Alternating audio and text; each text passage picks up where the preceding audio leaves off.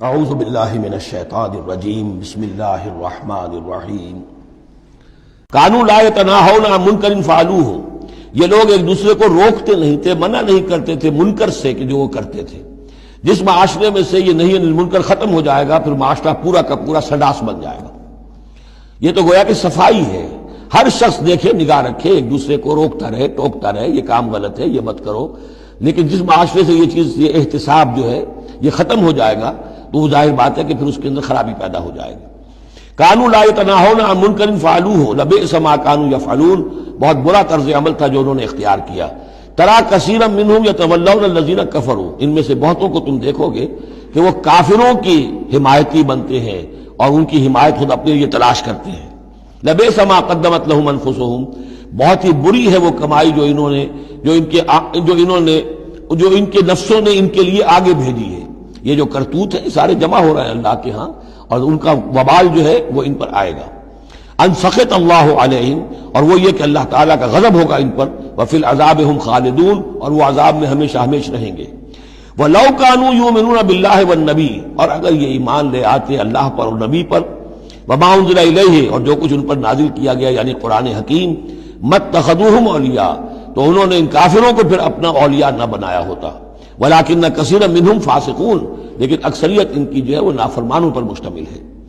لَتَجِدَنَّ أَشَدَّ النَّاسِ عَدَاوَةً لِلَّذِينَ آمَنُوا الْيَهُودَ وَالَّذِينَ أَشْرَكُوا، یہ بہت اہم آیت ہے۔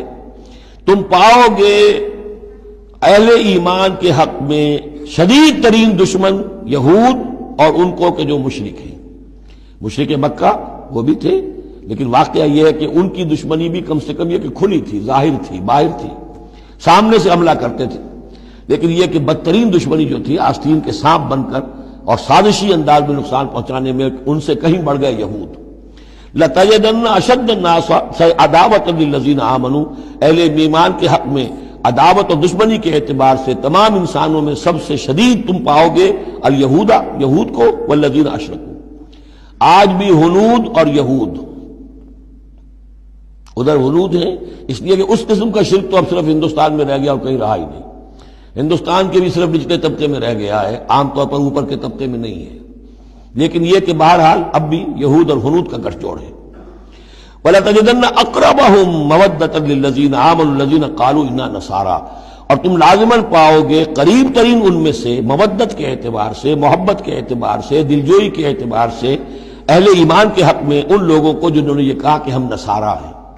اور یہ واقعہ ہے کہ یہ سیرت النبی صلی اللہ علیہ وسلم سے ثابت ہے کہ جس قسم کی دشمنی یہودیوں نے کی اس وقت عیسائیوں نے نہیں کی۔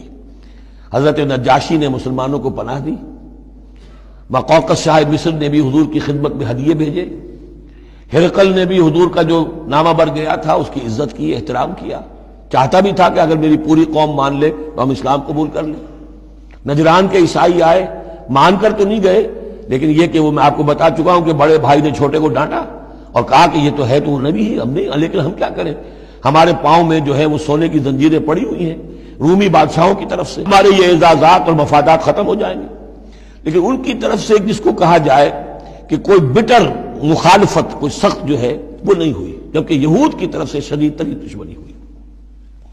ذالک بان منہم قسیسین و رہبان، اور یہ اس لیے ہے کہ ان میں ہے موجود عالم بھی اور درویش بھی، یعنی ان میں علماء حقانی بھی ابھی موجود تھے اور ان میں درویش بھی جو واقعی اللہ والے تھے وہ بھی موجود تھے۔ بحیرہ راہب تھا جس نے حضور کو پہچانا ہے بچپن کے اندر۔ اسی طریقے سے آپ کو معلوم ہے کہ جن کی تصدیق جنہوں نے کی ہے سب سے پہلے ورقہ ابن نوفل، تو وہ عیسائی ہو کر آ گئے تھے نا، تھے تو عرب کے رہنے والے، لیکن یہ کہ وہ حق کی تلاش میں شام گئے اور عیسائیت اختیار کی تھی۔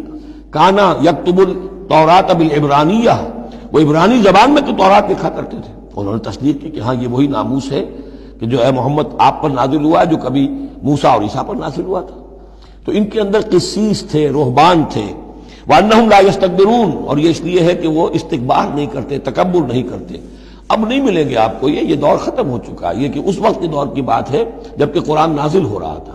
اس کے بعد جو صورت بدلی ہے، پھر کروسیڈز کے اندر جو وحشت اور بربریت جو ہے عیسائیوں کی طرف سے آئی ہے، اور عیسائی علماء نے اور ان کے مذہبی پیشواؤں نے جس طریقے سے کہ خون کی ہولی کھیلی ہے اور کھلوائی ہے اپنی قوم سے، وہ تو واقعہ یہ ہے کہ تاریخ کا بہت ہی بدنما داغ ہے۔ وَإِذَا سَمِعُوا مَا أُنزِلَ إِلَى الرَّسُولِ، اور جب انہوں نے سنا وہ چیز کہ جو رسول پر نازل کی گئی تھی.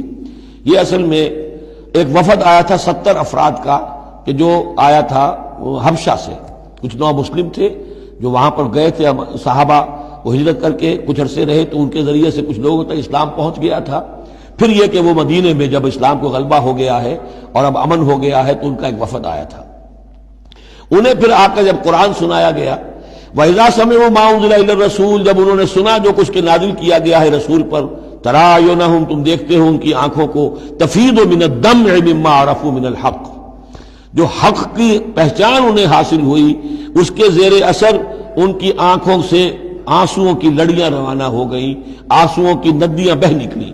یقولون، اور وہ کہہ رہے ہیں، ربنا آمنا، اے رب ہمارے ہم ایمان لے آئے، فاکتبنا مع الشاہدین، تو ہمیں لکھ دے شاہدوں میں سے، گواہوں میں سے. وما لنا لا نؤمن باللہ وما جاءنا من الحق، اور کیسے ممکن ہے کہ ہم ایمان نہ لائیں اللہ پر اور وہ حق جو ہم تک پہنچ گیا ہے اس پر.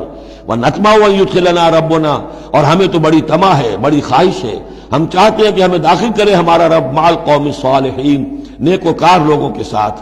فاصابهم اللہ بما قالوا، تو جو کچھ انہوں نے کہا، جو دعا کی، جو ان کا اعلان حق تھا، اس کی وجہ سے اللہ نے ان کو بدلے میں دیا جنات تجری من تحت الانہار، وہ باغات دیے کہ جن کے دامن میں ندیاں بہتی ہوں گی، خالدین فیہا، جس میں وہ ہمیشہ ہمیش رہیں گے.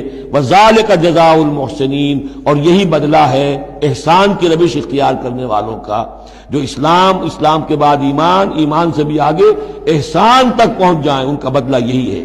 والذین کفروا وکذبوا بآیاتنا، رہے وہ لوگ جنہوں نے انکار کیا اور جھٹلا دیا ہماری آیات کو، اولئک اصحاب الجحیم، تو وہ تو پھر جہنمی ہے. صدق اللہ العظیم.